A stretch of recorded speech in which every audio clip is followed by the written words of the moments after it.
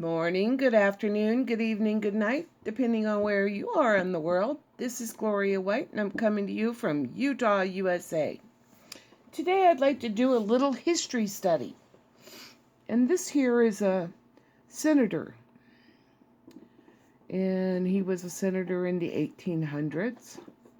And his name is Hendry Clay. And he has some really marvelous quotes that I'd like to share with you. He was born April 12, 1777, and died on June 29th, 1852. He was born in Hanover County, Virginia, in the United States. Here is one of his quotes. Courtesies of a small and trivial character are the ones which strike deepest in the grateful and appreciating heart. Here he says, statistics are no substitute for judgment.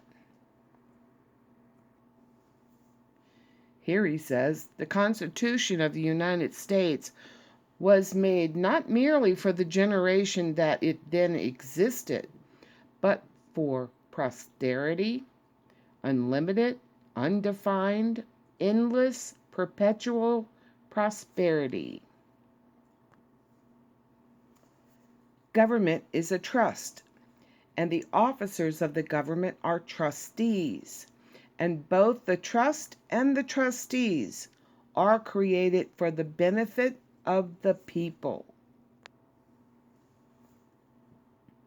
The arts of power and its minions are the same in all countries and in all ages. It marks its victim, denounces it, and excites the public odium or hatred, and the public hatred to conceal its own abuses and encroachments.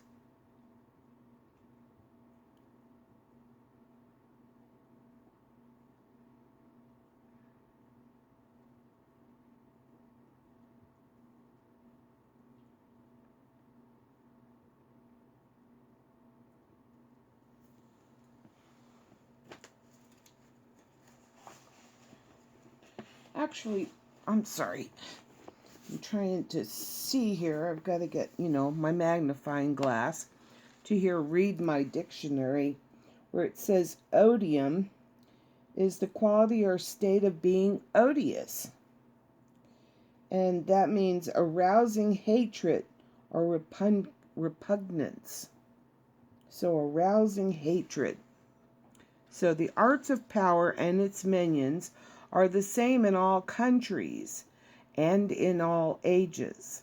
It marks its victim, denounces it, and excites the public odium and the public hatred to conceal its own abuses and encroachments.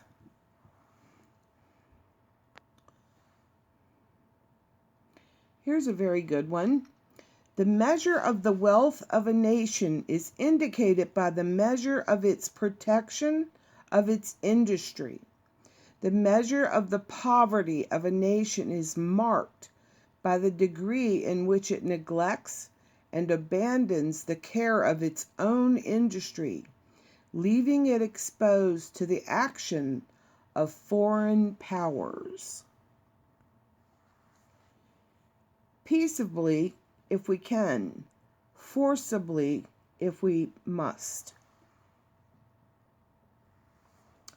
All legislation is founded upon the principle of mutual concession.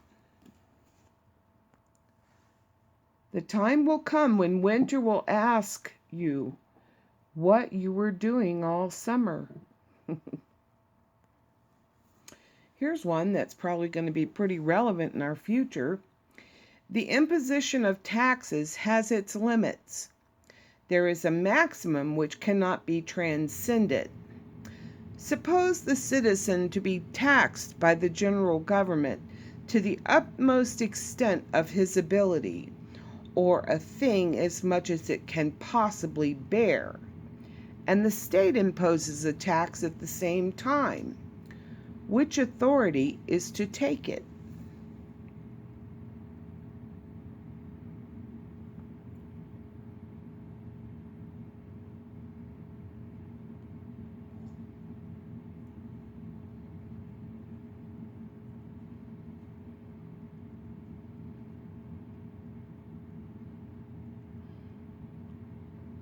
Which authority is to take it?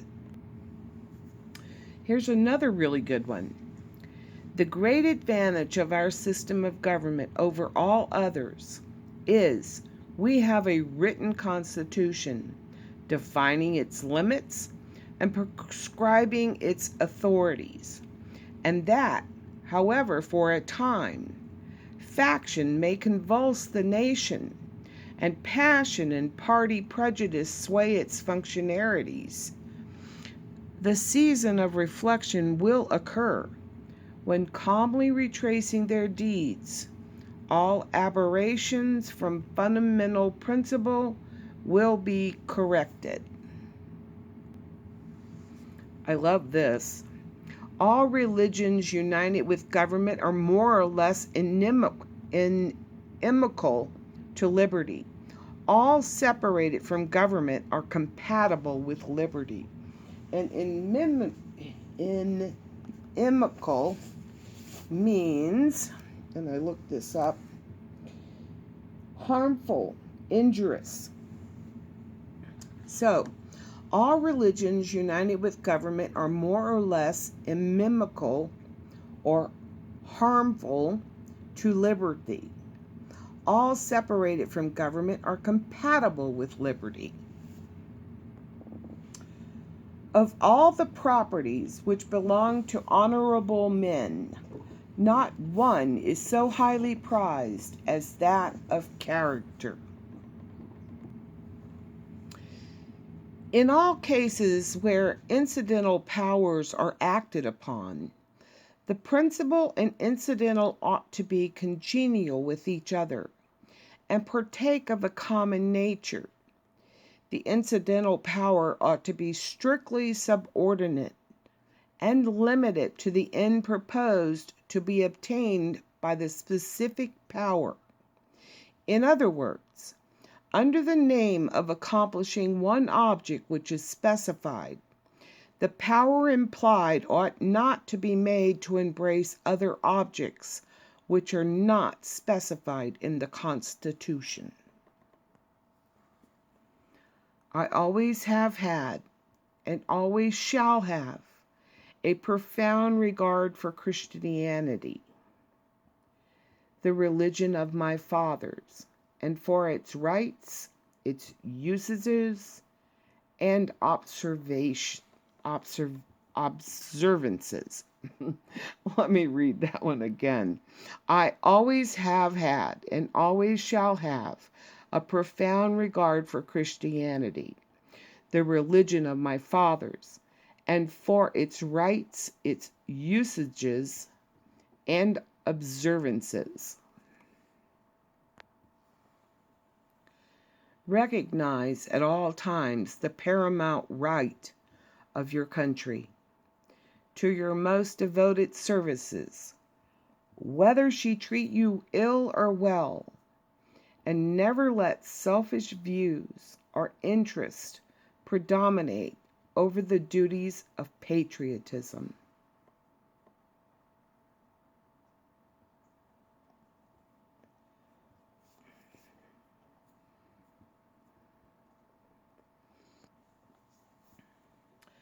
An oppressed people are authorized whenever they can to rise and break their fetters.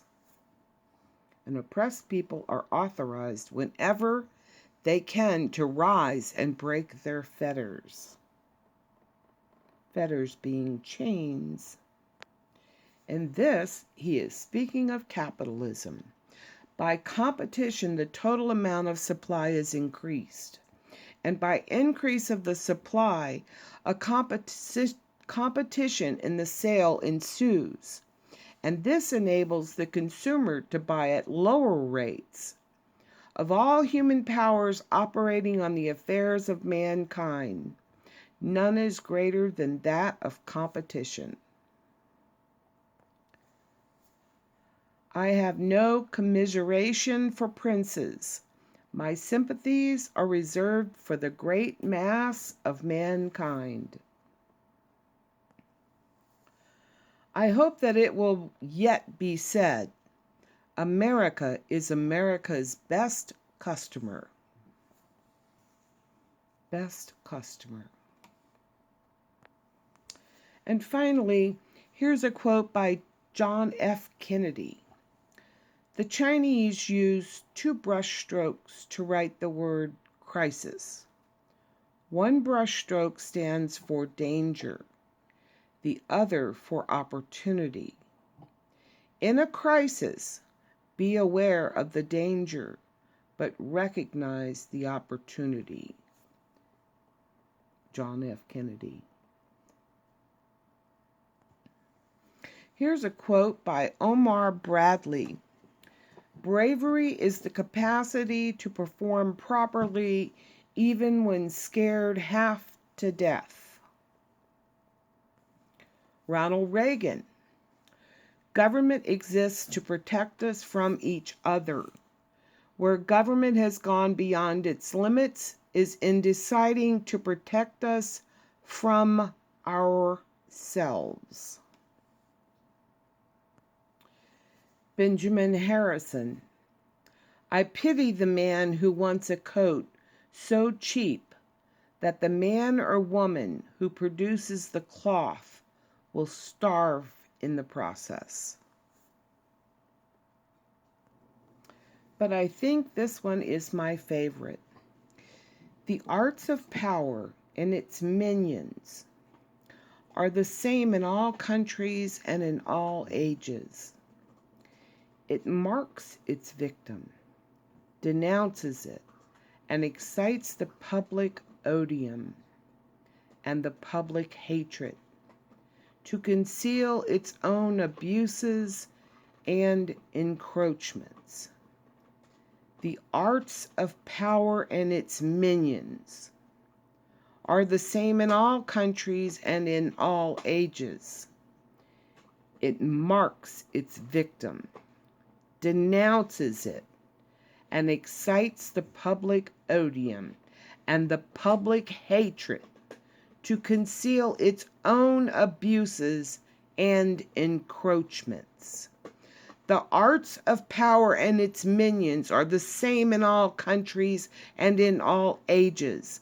It marks its victim, denounces it, and excites the public odium and the public hatred to conceal its own abuses and encroachments.